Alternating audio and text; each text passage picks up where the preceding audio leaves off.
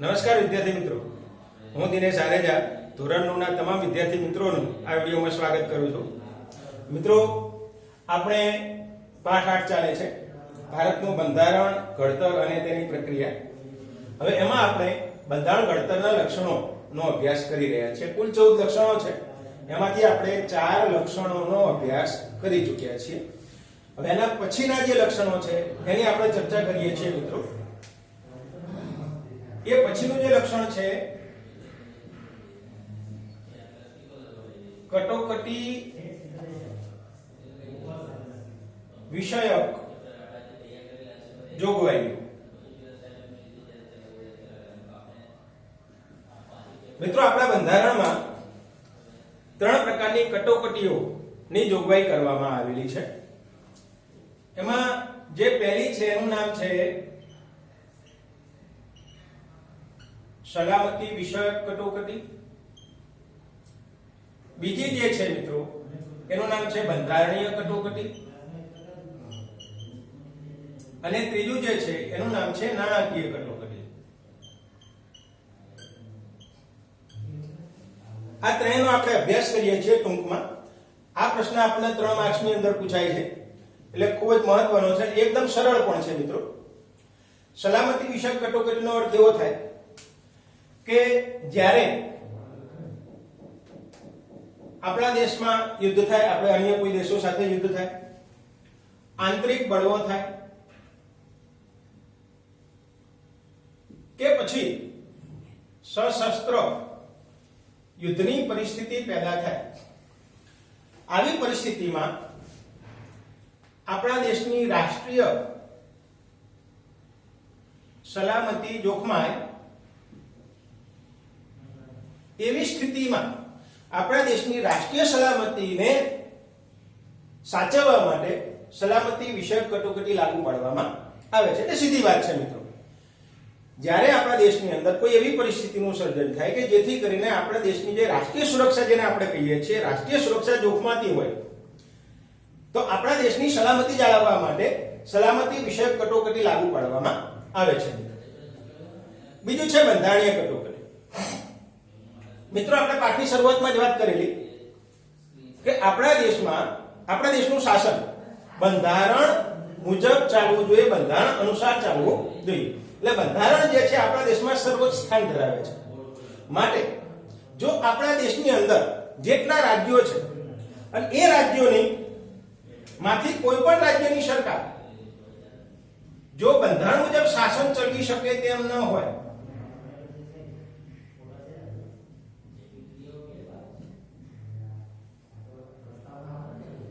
આવી સ્થિતિમાં, એટલે એનો અર્થ એ થાય કે આપણા ભારતના જેટલા રાજ્યો છે, 30 રાજ્યો છે મિત્રો હાલમાં, તો એમાંથી કોઈ પણ એક અથવા એક કરતા વધારે રાજ્યની જે સરકારો છે એ સરકાર જો બંધારણ મુજબ શાસન ચલાવી શકતી ન હોય અથવા તો ત્યાં બંધારણીય બાબતોનો ભંગ થતો હોય એવું જો રાષ્ટ્રપતિના ધ્યાનમાં આવે છે મિત્રો, ત્યારે ત્યાં જે કટોકટી લાગુ પાડવામાં આવે છે ને આપણે બંધારણીય કટોકટી કહીએ છીએ મિત્રો. અને એવી સ્થિતિમાં એ રાજ્યની અંદર કે પ્રદેશની અંદર રાષ્ટ્રપતિ શાસન લાગુ પાડવામાં આવે છે. ખાસ ધ્યાન આપજો મિત્રો, આ રાષ્ટ્રપતિ શાસન કોને કહેવાય? આવો 1 કે 2 માર્ક્સની અંદર પણ પ્રશ્ન આપણને પૂછી શકે મિત્રો. તો રાષ્ટ્રપતિ શાસન એટલે શું મિત્રો? કે જ્યારે આપણા ભારતના કોઈ પણ રાજ્યની અંદર બંધારણ મુજબ શાસન ચાલી શકે તેમ ન હોય અથવા તો તેવી પરિસ્થિતિનું સર્જન થયું હોય, તેવી પરિસ્થિતિમાં રાષ્ટ્રપતિ દ્વારા એ રાજ્યનો સંપૂર્ણ વટ પોતાના હસ્તક લઈ લે છે, એટલે એને રાષ્ટ્રપતિ શાસન આપણે કહીએ છીએ. અને એ જે જોગવાઈ છે, કટોકટી છે, એને આપણે બંધારણીય કટોકટી તરીકે ઓળખીએ છીએ. ત્રીજું છે નાણાકીય કટોકટી. જ્યારે મિત્રો આપણા દેશની અંદર સતત ભાવોમાં વધારો થતો હોય અને આ ભાવ વધારાના કારણે જ્યારે નાણાંનું અવમૂલ્યન થતું હોય, અવમૂલ્યન થવું એટલે નાણાંના મૂલ્યમાં સતત ઘટાડો થવો મિત્રો. એવી સ્થિતિમાં આપણા દેશની નાણાકીય પરિસ્થિતિને મજબૂત બનાવવા માટે બંધારણમાં નાણાકીય કટોકટીની જોગવાઈ કરવામાં આવી છે મિત્રો. તો આમ કુલ 3 પ્રકારની કટોકટી છે. તેથી આપણે આગળ હજુ આમાં જોઈએ છીએ બંધારણ ઘડતરની પ્રક્રિયા અને લક્ષણોની જ્યારે આપણે ચર્ચા કરી હતી મિત્રો, ત્યારે આપણે વાત હતી આધાર સ્તંભોની અંદર પણ કે આપણા દેશનું જે શાસન વ્યવસ્થા છે, આપણા દેશની જે વહીવટી વ્યવસ્થા છે એ સમવાયતંત્રી છે. બરોબર છે, સમવાયતંત્રી છે મિત્રો. પરંતુ જો આમાંથી કોઈ પણ પ્રકારની કટોકટી લાગુ પાડવામાં આવે છે ત્યારે આપણા દેશનું સંપૂર્ણ શાસન વ્યવસ્થા એક તંત્રી વ્યવસ્થામાં ઓટોમેટિક ફેરવાઈ જાય છે. એટલે એનો અર્થ એ થાય કે સમગ્ર દેશની અંદર એક જ સરકારનું શાસન ચાલે છે અને એ કઈ સરકાર છે મિત્રો? સંઘ સરકાર, જેને આપણે કેન્દ્ર સરકાર તરીકે ઓળખીએ છીએ. તો આમ આ કટોકટી વિશે જોગવાઈઓ છે મિત્રો. હવે એના પછી આપણે ચર્ચા કરીએ છીએ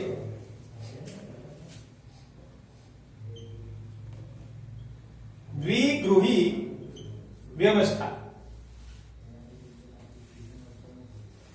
હવે જો મિત્રો, ગૃહ, આમ તો ગૃહ એટલે ઘર થાય, પણ આપણે અહીંયા જે ગૃહ છે એનો અર્થ થાય છે ધારાસભા.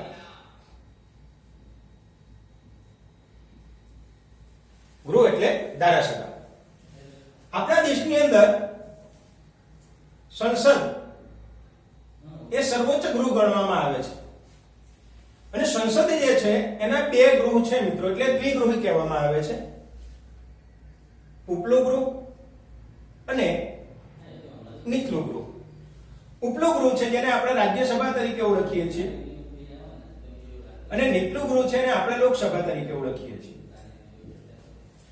આમ આપણા બંધારણમાં આપણા દેશની જે શાસન વ્યવસ્થા છે એમાં દ્વિગૃહી બે પ્રકારના ગૃહની વ્યવસ્થા કરવામાં આવી છે.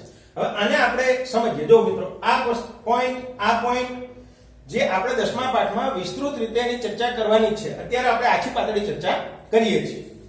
સૌથી પહેલા આપણે વાત કરીએ છીએ લોકસભાની. મિત્રો, લોકસભાના કુલ સભ્યોની સંખ્યા છે 545. આ બધા જ સભ્યો લોકો દ્વારા ડાયરેક્ટ ચૂંટાયેલા પ્રતિનિધિઓ હોય છે. આપણે બધા જાણીએ છીએ દર 5 વર્ષે લોકસભાની ચૂંટણી થાય છે અને એ ચૂંટણી સમયે આપણે બધા, એટલે કે જે મતદારો છે ભારતના, એ મતદારો પોતપોતાના મત વિસ્તારમાંથી એક લોકસભાના સભ્યને ચૂંટે છે મિત્રો. એટલે એનો અર્થ એ થયો કે જે લોકસભા છે એની જે મુદત છે એ ફક્ત 5 વર્ષની છે અને 5 વર્ષની હોવાના કારણે એટલે એનો અર્થ એ થાય કે 5 વર્ષ પૂરા થાય છે ત્યારે લોકસભાનું વિસર્જન થાય છે. અને વિસર્જન થતું હોવાના કારણે એમ કહી શકાય કે લોકસભા છે કાયમી ગૃહ નથી. લોકસભા કાયમી ગૃહ નથી, દર 5 વર્ષે એની રચના થાય છે. ઓકે, હવે આપણે વાત કરીએ છીએ તો આપણી સંસદ જે છે જેમાં લોકસભા અને રાજ્યસભા બંનેનો સમાવેશ થાય છે. તો જ્યારે 5 વર્ષે ચૂંટણી પૂરી થાય છે અને એ પછી જે સરકારની રચના થાય છે, સરકારની રચના ક્યાંથી થાય છે? સંસદમાંથી. સંસદ એનો અર્થ આપણે સમજવાનો લોકસભા અને રાજ્યસભા બંનેનો સમાવેશ થાય. તો સંસદના જે સભ્યો છે તો આપણે બધા જાણીએ છીએ કે લોકસભાની ચૂંટણીમાં જે પક્ષને બહુમતી પ્રાપ્ત થાય, એટલે કે 2/3 બહુમતી જે પક્ષને મળે છે એ પક્ષ પોતાની સરકારની રચના કરે છે. અને એટલે એનો અર્થ એ થયો કે એના સભ્યો રાજ્યસભામાં પણ હોઈ શકે, લોકસભામાં તો હોય પણ રાજ્યસભામાં પણ હોઈ શકે. એટલે રાજ્યસભાના જે સભ્યો એના છે એમાંથી પણ એ પોતાના પ્રધાનમંડળમાં એનો સમાવેશ કરી શકે છે. એટલે જે સરકારની રચના થાય છે, એટલે કે સરકાર અને એનું જે પ્રધાનમંડળ છે એ હંમેશા સંસદને જવાબદાર હોય છે મિત્રો. અને એની રચના પણ સંસદ દ્વારા થાય છે અને જવાબદાર પણ સંસદ દ્વારા છે. એટલે આપણી સરકારને આપણે સંસદીય સરકાર તરીકે ઓળખીએ છીએ. આ ઉપરાંત આ પ્રધાનમંડળ સંયુક્ત જવાબદારીના સિદ્ધાંત પ્રમાણે કામ કરે છે મિત્રો. અને સંપૂર્ણ પ્રધાનમંડળ કોને જવાબદાર હોય છે મિત્રો? સંસદને જવાબદાર હોય છે મિત્રો. તો આવી રીતે લોકસભાની રચના થાય છે. બીજું, લોકસભા પાસે વિશાળ સત્તાઓ છે. રાજ્યસભા કરતા વિશાળ સત્તાઓ લોકસભા પાસે છે. જ્યારે રાજ્યસભાની આપણે વાત કરીએ છીએ તો રાજ્યસભાના સભ્યોની સંખ્યા છે 250. હવે આ જે 250 સભ્યો છે એમાંથી 12 સભ્યોની નિમણૂક રાષ્ટ્રપતિ દ્વારા કરવામાં આવે છે. ફરીથી ધ્યાન આપજો મિત્રો, આ 250 સભ્યોમાંથી 12 સભ્યોની નિમણૂક રાષ્ટ્રપતિ દ્વારા કરવામાં આવે છે. આપણા દેશમાં એવા મહાનુભાવો કે જેમણે જુદા જુદા ક્ષેત્રોમાં આપણા દેશને નામના અપાવી હોય એવા 12 સભ્યોની નિમણૂક રાષ્ટ્રપતિ દ્વારા ડાયરેક્ટ કરવામાં આવે છે અને રાજ્યસભાના સભ્યો બને છે. આ સિવાય 238 સભ્યો રહ્યા મિત્રો. આ 238 સભ્યો છે એ દરેક રાજ્યની જે વિધાનસભા છે એ વિધાનસભાનું પ્રતિનિધિત્વ કરે છે. હવે એનો અર્થ શું થાય? એનો અર્થ એવો થાય કે આપણા ભારતના જેટલા રાજ્યો છે દરેક રાજ્યોમાં વિધાનસભા છે ફાઇનલ છે. બે ગૃહ હોય, વિધાન પરિષદ અને વિધાનસભા, બરાબર? એમાં જે રાજ્યોએ વિધાન પરિષદ સ્વીકાર્યું હોય તો ત્યાં બે ગૃહ હોય. બાકી મોટાભાગના રાજ્યોની અંદર વિધાનસભા તો ફરજિયાત છે. આપણા ગુજરાતની અંદર આપણે વાત કરીએ તો આપણે ત્યાં વિધાનસભા છે, વિધાન પરિષદ નથી, બરાબર? આપણે એનો સ્વીકાર કર્યો નથી. તો આપણા ગુજરાતની અંદર જેટલા વિધાનસભાના સભ્યો છે એ સભ્યો એ રાજ્યસભાના સભ્ય બનવા માટે પોતાના પ્રતિનિધિ તરીકે ચૂંટે છે અને રાજ્યસભામાં મોકલે છે. એટલે કે વિધાનસભાનું પ્રતિનિધિત્વ કહી શકાય મિત્રો. તો એવી રીતે એ રાજ્યસભાની રચના થાય છે. રાજ્યસભાના સભ્યોની જે મુદત છે મિત્રો એ 6 વર્ષની છે. સમજો મિત્રો, 6 વર્ષની છે. એટલે દરેક રાજ્યસભાનો સભ્ય 6 વર્ષ માટે ચૂંટાય છે. બીજી વાત, દર બીજા વર્ષે 1/3 સભ્યો નિવૃત્ત થાય છે અને એટલા જ સભ્યો નવા સભ્યો ચૂંટાય છે.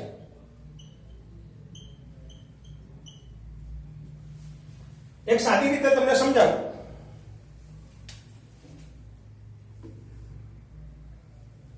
આપણે એવું માની લઈએ કે આ રાજ્યસભાની કુલ બેઠકો છે એને આપણે 3 ભાગમાં ડિવાઈડ કરીએ એટલે 1/3 થઈ જાય, બરાબર છે? કુલ 250 સભ્યો છે એને 3 ભાગમાં ડિવાઈડ કરીએ એટલે મારા અનુમાને લગભગ 82 થી 83 નો આંકડો આવે છે. તેનો અર્થ એ થાય કે જ્યારે રાજ્યસભાની રચના થઈ ત્યારે તો બધા હતા, પણ પછી એવું નક્કી કરવામાં આવ્યું કે આ 2 વર્ષ, અહીંથી આટલો સમયગાળો, અહીંથી આટલો બીજા 2 વર્ષ અને અહીંથી આટલો બીજા 2 વર્ષ. હવે જો કે આ જે ભાગમાં જે સભ્યો ચૂંટાશે પહેલા તો ખાલી થશે. જે ભાગ ખાલી થાય ત્યાં નવા સભ્યો ચૂંટે. હવે ચૂંટાશે કેટલા વર્ષ માટે? 6 વર્ષ માટે. તો અહીંયાથી ચૂંટાય એટલે અહીંયા અમને 2 વર્ષ, અહીંયા બીજા 2 વર્ષ, અહીંયા અને ત્રીજા 2 વર્ષ, એટલે આખું ચક્ર પૂરું થશે એટલે અમને 6 વર્ષ પૂરા થશે, ઓટોમેટિક નિવૃત્ત થશે. બીજા 2 વર્ષ થશે એટલે આ ભાગના જે સભ્યો છે નિવૃત્ત થશે અને એટલા સભ્યો નવેસરથી ચૂંટાશે. એટલે એમનો રાઉન્ડ અહીંથી શરૂ થશે અને અહીંથી પાછો અહીંયા જ્યારે આવશે ત્યારે એ રાઉન્ડ એમના 6 વર્ષના પૂરા થશે મિત્રો. ત્રીજા ભાગની અંદર આપણે જોઈએ તો આ ભાગ ખાલી નિવૃત્ત થશે અને ફરીથી પાછો નવા સભ્યો એટલા ઉમેરાશે મિત્રો, નવા ચૂંટાશે. એટલે એમનો રાઉન્ડ અહીંયાથી ચાલુ થશે અને જ્યારે આ ચક્ર ફરતું અહીંયા આવશે એટલે એમના 6 વર્ષ પૂરા થશે. ટૂંકમાં રાજ્યસભાના સભ્યો એક સાથે ક્યારેય નિવૃત્ત થતા નથી, માટે રાજ્યસભાને કાયમી ગૃહ ગણવામાં આવે છે. તો આમ લોકસભા જે છે એ લોકસભા કાયમી ગૃહ ગણાતું નથી. રાજ્યસભા કાયમી ગૃહ છે. રાજ્યસભા પાસે મર્યાદિત સત્તાઓ છે. રાજ્યસભા કરતા લોકસભા પાસે વિશાળ સત્તાઓ રહેલી છે મિત્રો. એથી આપણે આગળ વાત કરીએ છીએ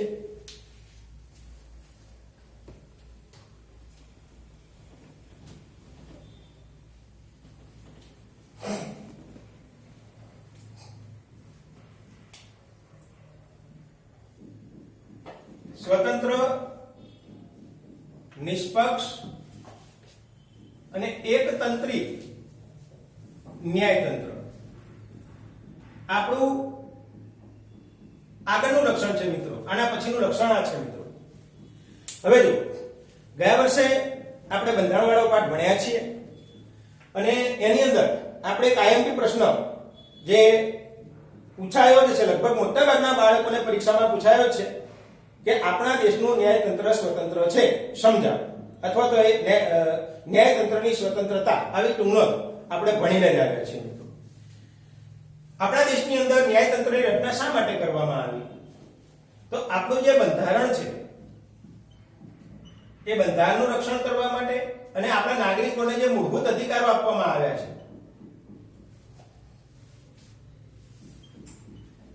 એનું રક્ષણ કરવા માટે ન્યાયતંત્રની રચના કરવામાં આવી છે.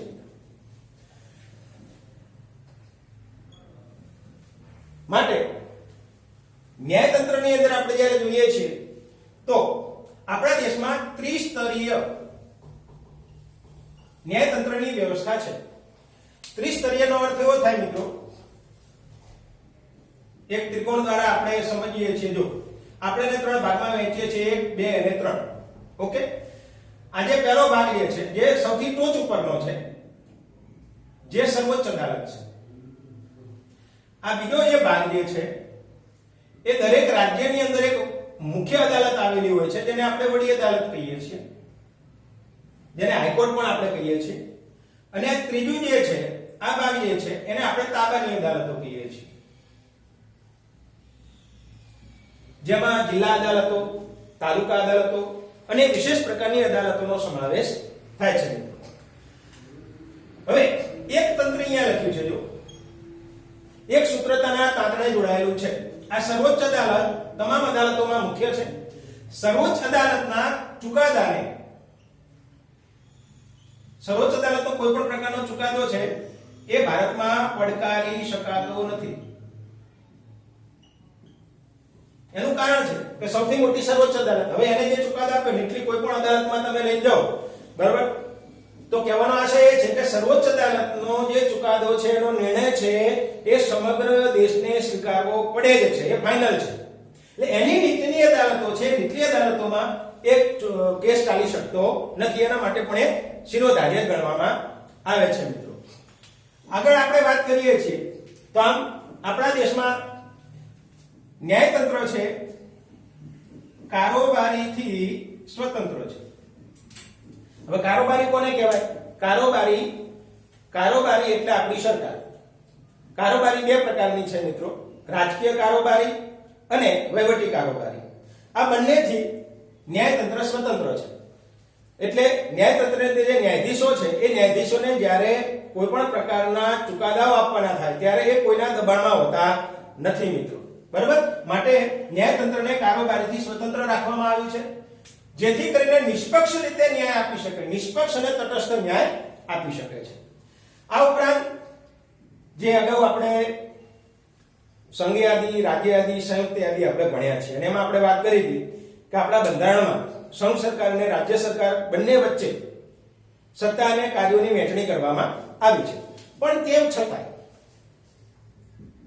કેન્દ્ર સરકાર અને રાજ્ય સરકારો વચ્ચે જ્યારે પણ કોઈ કાયદા વિષયક બાબત હોય અથવા તો નીતિ વિષયક બાબત હોય ને અંગે કોઈ વિવાદ ઉભો થાય અથવા તો બંને વચ્ચે ક્યાંક સંઘર્ષની પરિસ્થિતિ ઊભી થાય, આવી સ્થિતિમાં એ અંગે ચુકાદો આપવાની અંતિમ સત્તા સર્વોચ્ચ અદાલત પાસે છે. સર્વોચ્ચ અદાલત એ અંગેનો આખરી ચુકાદો આપે છે. તો આવી રીતે મિત્રો આપણા ત્યાં ન્યાયતંત્ર છે, સ્વતંત્ર પણ છે, નિષ્પક્ષ પણ છે અને એકતંત્રી પણ રહેલું છે. માટે ન્યાયતંત્રને બંધારણની રક્ષક અને વાલી ગણવામાં આવે છે. આ ખાસ યાદ રાખજો મિત્રો, આ છેલ્લું વાક્ય મારું, ન્યાયતંત્રને બંધારણની રક્ષક અને વાલી ગણવામાં આવે છે. તો અહીંયા સુધી આપણે રાખીએ છીએ અને નેક્સ્ટ ટાઈમ જ્યારે આપણે મળીએ છીએ ત્યારે બાકીના જે લક્ષણો છે ત્યાંથી આપણે શરૂઆત કરીશું મિત્રો. અસ્તુ.